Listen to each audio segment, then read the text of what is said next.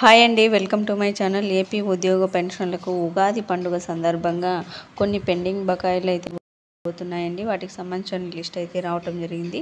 పూర్తి వివరాలు వీడియోలో తెలుసుకుందాం. మీరైతే వీడియోని ఎక్కడక్కడ స్కిప్ చేయకుండా ఎండ్ వరకు అయితే చూసేయండి. వీడియో నచ్చినట్లయితే తప్పకుండా లైక్ చేయండి, షేర్ చేయండి. అయితే మన సంక్రాంతికి 6,700 కోట్ల రూపాయలు ఉద్యోగులకు సంబంధించి బకాయిల రూపంలో చెల్లించడం అయితే జరిగిందండి. ఒకసారి ఆ వివరాలు గమనించినట్లయితే జీపీఎఫ్ లోన్లు 5,519 కోట్లు, సిపిఎస్ ఉద్యోగుల బకాయిలు 300 కోట్లు, అదేవిధంగా టీడీఎస్ చెల్లింపులు 265 కోట్లు, పోలీస్ సరెండర్లీ బకాయిలు 241 కోట్లు, ఫీజు రియంబర్స్మెంటు 578 కోట్లు, 651 కంపెనీలకు రాయితీలు 90 కోట్లు, విద్యుత్ శాఖ నిధులు 500 కోట్లు, ఆరోగ్యశ్రీ నిధులు 400 కోట్లు, రైతులకు బకాయిలు వచ్చేసి 241 కోట్లు అండి.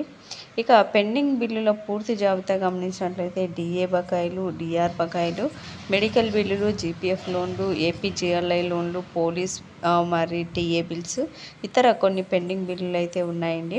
వీటికి సంబంధించి ఈ ఉగాది సందర్భంగా అయితే జమ అవ్వబోతున్నట్టు సమాచారం.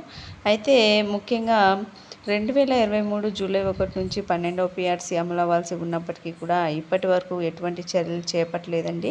పీఆర్సీ కమిషన్ను ఏర్పాటు చేయడం తక్షణమే అవసరం. అయితే కమిటీ ఏర్పాటుకి కనీసం 1 సంవత్సరం సమయం అయితే పడుతుంది. దీంతో ఉద్యోగులు మరింత ఆలస్యం అయితే జరగబోతుందండి పీఆర్సీ విషయంలో. ఇక గతంలో 2022 జనవరిలో ఐఆర్ ప్రకటించగా ఇప్పుడు కూడా 30% ఐఆర్ ఉగాది కానుకగా ప్రకటిస్తారేమో అని చెప్పి ఉద్యోగులు అయితే ఎదురు చూస్తూ ఉన్నారండి. ఇక డిఏ అప్డేట్ అయినా ప్రకటిస్తారేమో అంటే డిఏ అయినా ప్రకటన చేస్తారా దసరా పండుగ సమయంలో ఉండగా, అది కూడా జరగలేదు. ఇక ఉగాది సందర్భంగా అయినా 30% ఐఆర్ ప్రకటిస్తే ఉద్యోగులకి ఒక పెద్ద ఆర్థిక ఊరట అయితే కలుగుతుందండి. ఇక పీఆర్సీ కమిటీ ఏర్పాటు కాకుండా ఉండటం వల్ల వేతన సవరణ సమస్యలు అయితే ఆలస్యం అవుతుంది. ఇక డిఏ పెన్షన్ బకాయిలు కానీ, జీపీఎఫ్ లోన్లు వంటి ఆర్థిక అంశాలు కూడా పెండింగ్లోనే ఉన్నాయండి. గత సంవత్సరం ఉద్యోగులకి జరిగినటువంటి నష్టాన్ని పూడ్చేందుకు తక్షణమే చర్యలు తీసుకోవాలి ఉద్యోగులు అయితే కోరుతూ ఉన్నారు. పీఆర్సీ కమిటీని త్వరగా ఏర్పాటు చేసి 12వ పీఆర్సీని వీలైనంత తొందరగా అమలు చేయాలని కోరుతూ ఉన్నారు. ఇక 30% ఐఆర్ ప్రకటన చేసి తక్షణమే ఉద్యోగులకి ఆర్థిక సహాయం అందించాలి. పెండింగ్ బకాయిలకు సంబంధించిన షెడ్యూల్ని విడుదల చేసి దానిపై స్పష్టమైన కార్యాచరణ అమలు చేయాలి. క్యాబినెట్ భేటీల్లో ఉద్యోగుల సమస్యలను ప్రాధాన్యంగా తీసుకోవాలి. ఈ నెలాఖరులో జరగనున్న క్యాబినెట్ భేటీల్లో ఉద్యోగులకు సంబంధించిన కొత్త అప్డేట్ రావచ్చని అయితే అంచనా వేస్తున్నారండి.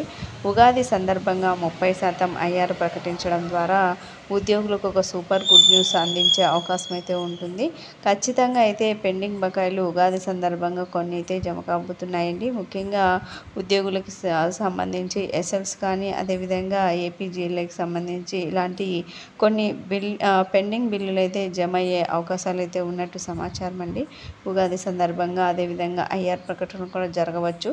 ఎందుకంటే ఈ నెలాఖరులోని క్యాబినెట్ భేటీ అయితే జరగబోతుంది. 17వ తేదీ అయితే మనకి పూర్తి స్థాయి ప్రభుత్వం ప్రకటించినటువంటి అంశాలు అయితే పూర్తి స్థాయిలో అయితే తెలిసిపోతాయండి. ముఖ్యంగా పెండింగ్ బిల్లులకు సంబంధించి కానీ, పీఆర్సీకి సంబంధించి కానీ, ఐఆర్కి సంబంధించి కానీ, లేదా డిఏ ప్రకటనకు సంబంధించి కానీ ఖచ్చితంగా అప్డేట్స్ అయితే ఉండబోతున్నట్టు సమాచారం.